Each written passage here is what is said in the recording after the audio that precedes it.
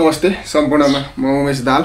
हजुरहरुले चाहिँ मेरो थम्बनेल र टाइटल हेरेर थाहा पाइसक्नु भएको छ कि आज चाहिँ भिडियो के को बारेमा भनेर। आज चाहिँ मैले धेरै लामो समय पछाडि चाहिँ कान्छी सिरियलको चाहिँ रिभ्यू भिडियो लिएर आएको छु हजुरहरु समक्ष। हजुरहरुलाई के कस्तो लाग्छ हेरेर प्रतिक्रिया दिन नबिर्सनु होला।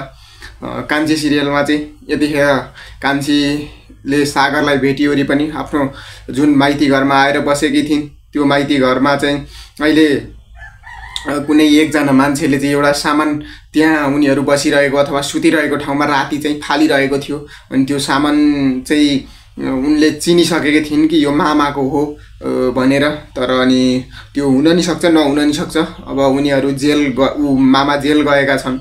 यो विषयलाई लिएर चाहिँ एउटा कान्छीको मनमा चाहिँ छुट्टै किसिमको भनौं न कौतूहलता आएको थियो। उनले चाहिँ भनिरहेकी थिइन् कि अब फेरि सागर र मेरो जोडी चाहिँ छुटाउने भए भनिरहेकी थिइन्। तर उनीहरु दुई बीचको सम्बन्ध चाहिँ त्यति छिटै टुट्ने वाला भने छैन। अब चाहिँ फेरि पुनः उन जुन सागरको घर छ त्यो घरबार सम्हाल्न चाहिँ यतिखेर कान्छी र सागर आफ्नो परिवार सहित आफ्नो घरतर्फ लागेका छन्। उनीहरु अब आफ्नो घरमा चाहिँ गइरहेका छन्।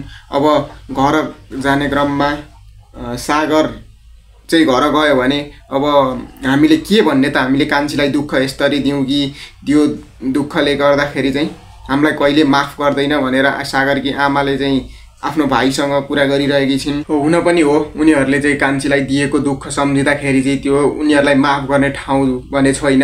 जबकि सागर हराएका थिए त्यतिबेला सागरलाई खोज्नुको सट्टामा जुन उनीहरुले जम्मा गरेर राखेको रकम थियो त्यो रकम नै निकालेर उनीहरुले हडप्ने र कान्छीलाई चाहिँ त्यहाँबाट खेद्ने प्लान बनाएका थिए।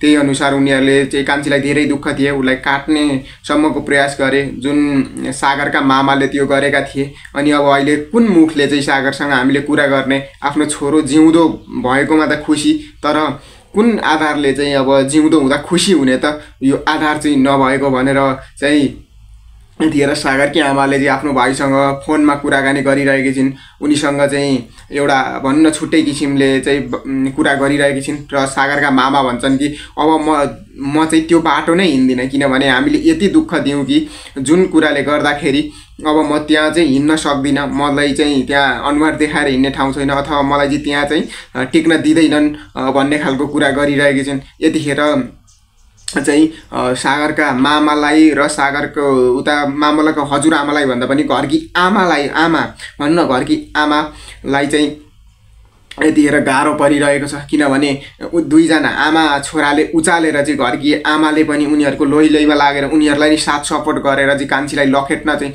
ठूलो सहयोग गरिन्, कान्छीलाई चाहिँ दुःख दिन ठूलो सहयोग गरिन्। अब त्यही घरबार सम्हाल्नको लागि चाहिँ कान्छी माइती घरबाट विधवारी भएर चाहिँ यतिखेर आफ्नो घरतर्फ लागिसकेकी छिन् आफ्नो सपरिवार लिएर। अब चाहिँ उनीहरुलाई चाहिँ नजाऊ भन्दै पनि कान्छीको परिवारले चाहिँ बिदाई गरिसकेको छ।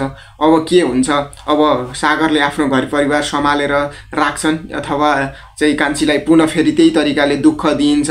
सागरलाई चाहिँ आमाले आफ्नो आमाको बोलीपट्टि सागर लागेर चाहिँ उस्केर चाहिँ कान्छीलाई फेरि दुःख दिने काम हुन्छ या के हुन्छ, यो सम्पूर्ण कुराहरु चाहिँ अब आउने भागमा हामी पुनः फेरि हेरेर अनि यस्तै तरिकाले चाहिँ भिडियो म लिएर आउने छु। अनि यो भिडियो के कस्तो लाग्छ हजुरहरुले प्रतिक्रिया दिनु होला, लाइक शेयर सब्स्क्राइब गरिदिनु होला। च्यानललाई पनि सब्स्क्राइब गरेर चाहिँ अगाडि बढ्न चाहिँ मद्दत गरिदिनु होला।